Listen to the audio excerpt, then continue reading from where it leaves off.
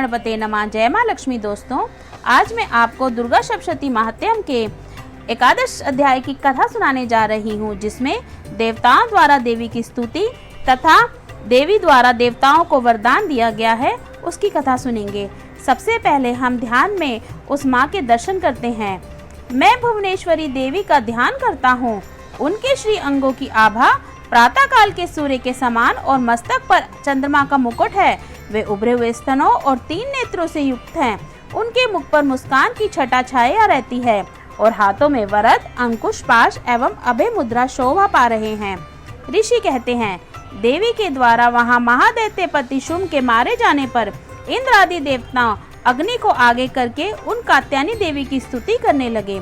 उस समय अभिष्ट की प्राप्ति होने से उनके मुख कमल दमक उठे थे और उनके प्रकाश से दिशाएं भी जगमगा रही थीं। देवता बोले, शरणागत की पीड़ा दूर करने वाली देवी, हम सब पर प्रसन्न हो। संपूर्ण जगत की माता प्रसन्न हो। विश्वेश्वरी, विश्व की रक्षा करो।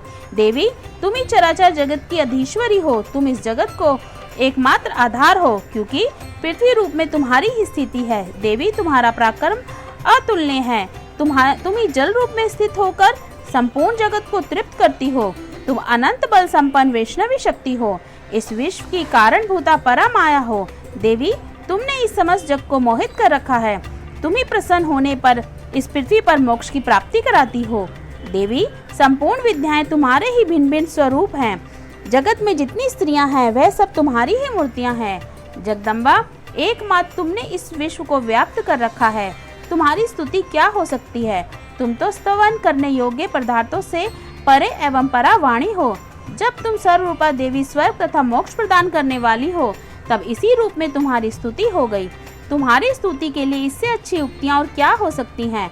बुद्धि रूप से सब लोगों के हृदय में विराजमान रहने वाली तथा स्वर्ग एवं मोक्ष प्रदान करने वाली नारायणी देवी, तुम्हें नमस्कार है।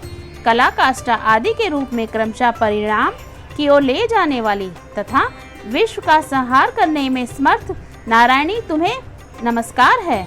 नारायणी, तुम सब प्रकार का मंगल प्रदान करने वाली मंगलमयी हो। कल्याणदायिनी शिवा हो। सब पुरुषार्थों को सिद्ध करने वाली शरणगत वत्सला, 3 नेत्रों वाली एवं गौरी हो।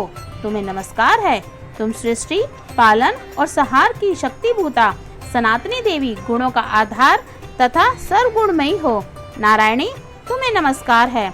शरण में आए हुए दीनों एवं पीड़ितों की रक्षा में संलग्न रहने वाली तथा सबकी पीड़ा दूर करने वाली नारायणी देवी, तुम्हें नमस्कार है। नारायणी, तुम ब्राह्मणी का रूप धारण करके हंसों से जुते हुए विमान पर बैठती तथा कुश मिश्रित जल छिड़कती रहती हो। तुम्हें नमस्कार है। माहेश्वरी रूप से त्रिशूल, चंद्रमा एवं सर्पों को धारण करने वाली तथा महान वृषभ की पीठ पर बैठने वाली नारायणी देवी, तुम्हें नमस्कार है।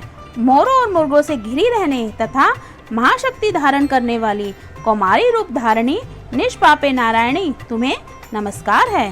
शंख, चक्र, गदा और शाक धनुष रूप उत्तम आयुधों को धारण करने वाली वैष्णवी शक्ति रूपा नारायणी, तुम प्रसन्न हो जाओ। तुम्हें नमस्कार है। हाथ में भयानक महाचक्र लिए और दाढ़ों पर धरती को उठाए हुए वाराही धूप धारणी कल्याणमयी नारायणी, तुम्हें नमस्कार है। भयंकर नरसिंह रूप से दैत्यों के वध के लिए उद्योग करने वाली तथा त्रिभुवन की रक्षा में संलग्न रहने वाली नारायणी, तुम्हें नमस्कार है।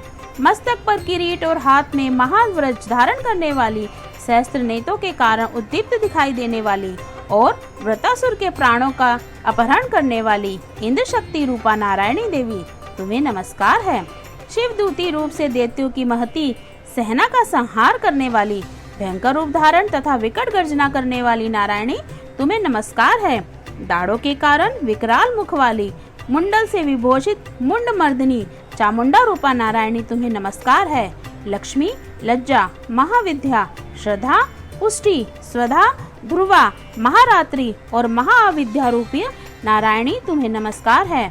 मेधा, सरस्वती, वरा, भूति, भ्राभवी यानी भूरे रंग की अर्थात पार्वती, तामसी, महाकाली, नित्या, स्वयंप्रायणा तथा ईशा, सबकी अधीश्वरी रूपी नारायणी, तुम्हें नमस्कार है।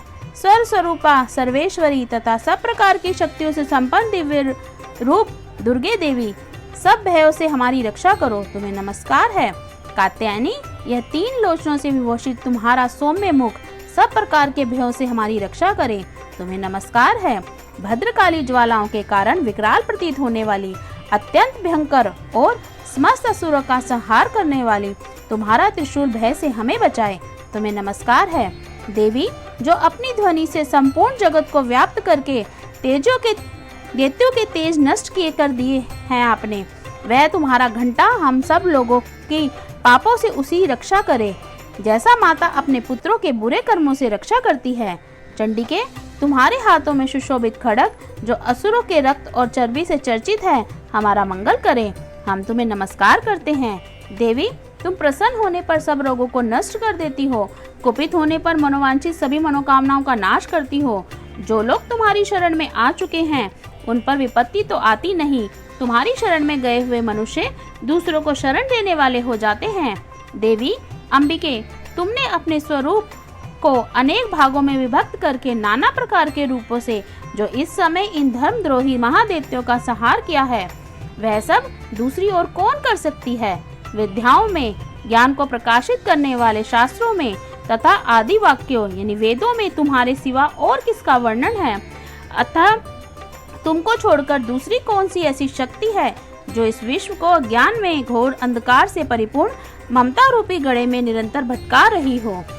जहाँ राक्षस, जहाँ भयंकर विश्व वाले सर्प, जहाँ शत्रु, जहाँ लुटेरों की सेना और जहाँ दावानल हो, वहाँ तथा समुद्र के बीच में से भी रहकर तुम विश्व की रक्षा करती हो। विश्वेश्वरी, तुम विश्व का पालन करती हो। विश्व रूपा हो, इसलिए संपूर्ण विश्व को धारण करती हो। तुम भगवान विश्वनाथ की भी वंदनीय हो। जो लोग भक्ति पूर्वक तुम्हारे सामने मस्तक झुकाते हैं, वे संपूर्ण विश्व को आश्रय देने वाले होते हैं। देवी प्रसन्न हो। जैसे इस समय असुरों का वध करके तुमने शीघ्र ही हमारी रक्षा की है, उसी प्रकार सदा हमें शत्रुओं के भय से बचाओ। संपूर्ण जगत का पाप नष्ट कर दो और उत्पात एवं पापों के फलस्वरूप प्राप्त होने वाली महामारी आदि बड़े बड़े उपद्रवों को शीघ्र दूर करो।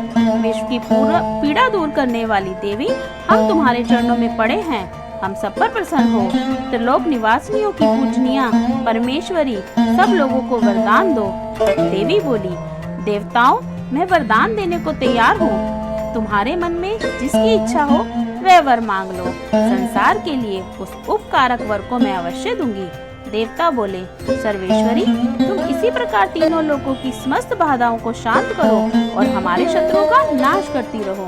देवी बोली, देवताओं, वैश्वत मनवंतर के 28वें युग में शुभ और निशुम्भ नामक 2 अन्य महादैत्य उत्पन्न होंगे। तब मैं नंदगोप के घर में उनकी पत्नी यशोदा के गर्भ से अवतीर्ण हो विंध्याचल में जाकर रहूंगी और उक्त दोनों असुरों का नाश करूंगी। फिर अत्यंत भयंकर रूप से पृथ्वी पर अवतार ले मैं वे प्रचित नामक दानवों का वध करूंगी। उन भयंकर महादैत्यों का भक्षण करते समय मेरे दांत अनार के फूल की भांति लाल हो जाएंगे। तब स्वर्ग में देवता और मृत्यु लोक में मनुष्य सदा मेरी स्तुति करते हुए मुझे रक्त दंतिका कहेंगे।